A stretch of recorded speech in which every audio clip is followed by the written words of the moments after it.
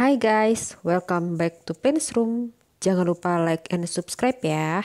Yuk ditonton sampai habis. Kenapa sih Tuhan itu ngelarang terang sama gelap itu nggak bisa bersatu? 2 Korintus 6 ayat 14 dan 15 versi terjemahan baru. Janganlah kamu merupakan pasangan yang tidak seimbang dengan orang-orang yang tak percaya. Sebab persamaan apakah terdapat antara kebenaran dan kedurhakaan? Atau bagaimanakah terang dapat bersatu dengan gelap?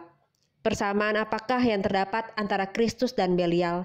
Apakah bagian bersama-sama orang-orang percaya dengan orang-orang yang tak percaya? 2 Korintus 6 ayat 14-15 versi Bahasa Indonesia masa kini. Janganlah mau menjadi sekutu orang-orang yang tidak percaya kepada Yesus. Itu tidak cocok. Mana mungkin kebaikan berpadu dengan kejahatan? Tidak mungkin terang bergabung dengan gelap. Tidak mungkin Kristus sepakat dengan iblis. Apakah persamaannya antara Kristen dengan orang bukan Kristen? Tuhan bilang nggak cocok. Oke? Misal nih, hari Minggu jam 3 kamu harus ke gereja. Pasangan kamu jam 3 sore ada film favoritnya dia. Karena dia jadi harus nungguin kamu lama banget. Ya mungkin waktu pacaran sih oke-oke aja, yang namanya cinta harus berkorban. Tapi setelah menikah, setelah lama kamu menikah, karakter aslinya akan muncul loh. Atau contoh lain lagi. Misalnya sebelum makan kamu harus berdoa dulu. Pasangan kamu udah kelaparan banget nih. Pasangan yang beda iman. Akhirnya karena dia harus nungguin kamu kelaparan berdoa. Terus kamu bilang, kan Tuhan yang sediain. Terus pasangan kamu bilang, Tuhan yang sediain, aku kok yang sediain. Masalah kayak gitu aja bisa ribut loh. Ribet banget gak sih? Guys, hidup udah ribet, oke? Jangan kamu bikin ribet sendiri. Waktu Tuhan terlalu lama. Waktu Tuhan itu bukan waktu kita. Kalau kamu dikasih sekarang, kamu belum siap. Mungkin ada luka-luka masa lalu kamu yang belum kamu beresin. Nah, apa sih efeknya? Yuk, klik link di atas ya. Bagaimana Yesus menyembuhkan jiwaku dari sebuah hubungan kekerasan. Atau mungkin karakter kamu yang belum siap. Jadi kamu nanti jadi troublemaker. Padahal pasangan dari Tuhan itu kamu berdua sama-sama beruntung mendapatkannya. Sama-sama sayang.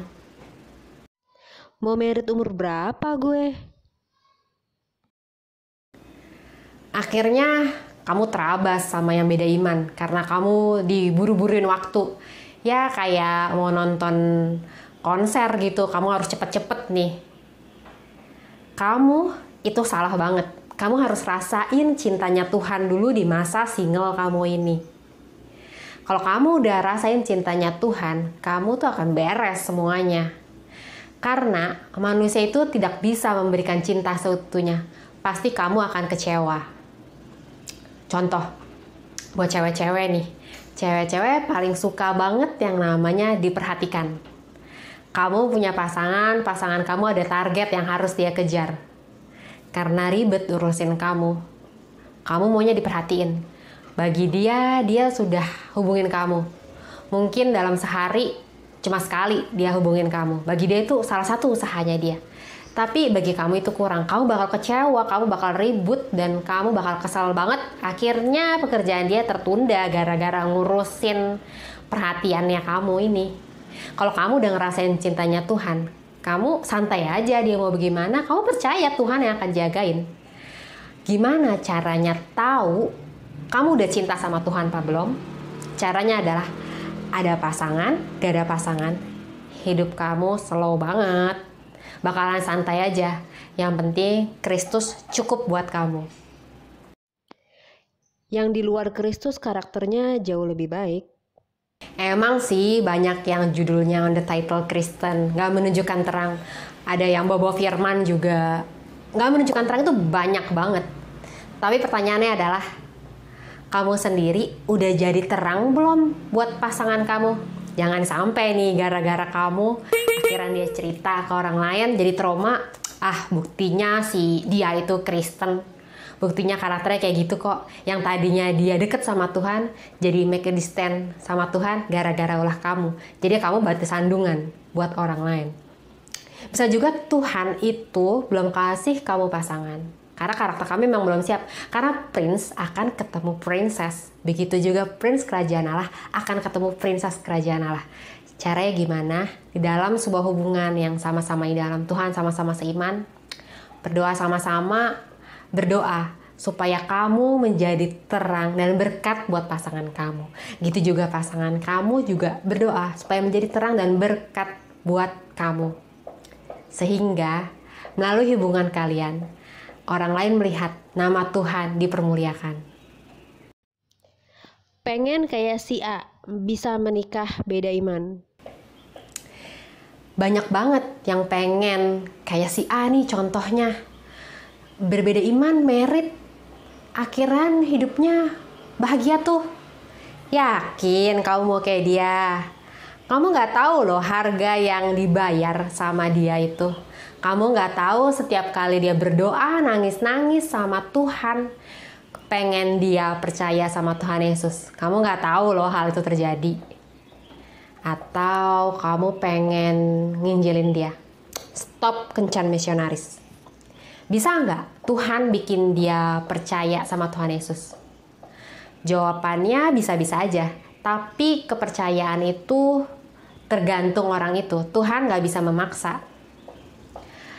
Kalau misalnya Tuhan buat dia percaya, sehari sebelum dia meninggal gimana? Pasti udah tua banget gitu. Sedih banget gak sih? Apakah mungkin Tuhan kasih kita pasangan beda iman? Jawabannya mungkin-mungkin aja. Tapi pastikan kamu sebelumnya sudah dekat dengan pribadi Tuhan Yesus. Kamu sebelumnya memang peka sama Tuhan Yesus. Tapi gak semua loh ya. Memang ada orang-orang yang terpilih untuk merit dengan sebelumnya dengan berbeda iman. Tapi pastikan sebelum kamu menikah, orang itu sudah percaya sama Tuhan Yesus. Tapi bukan karena kamu, tapi memang pribadi dia yang deket sama Tuhan Yesus, yang kepengen deket sama Tuhan Yesus. Karena kalau karena kamu, dia percaya sama Tuhan Yesus, itu bahaya banget loh. Ujung-ujungnya nanti bisa ninggalin kamu. Karena pernikahan itu adalah idenya Tuhan. Yang dia mau adalah keluarga-keluarga ilahi. Jadi kalau kamu menikah dengan yang berbeda imannya sama kamu, udah jelas bukan dari Tuhan. Karena kalau Tuhan ngomong, udah pasti dia bakal nepatin janjinya. Bilangan 23 ayat 19 versi terjemahan baru.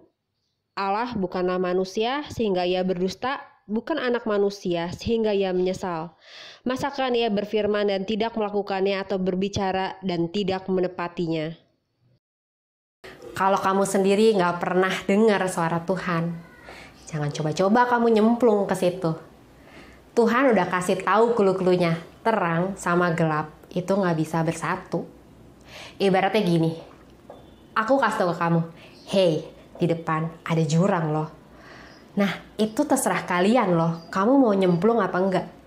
Kalau pada saatnya kamu nyemplung dan akhiran kamu terluka, ya kamu jangan salahin aku udah ngasih tahu kamu. Gitu juga clue-clue yang Tuhan udah kasih tahu ke kamu.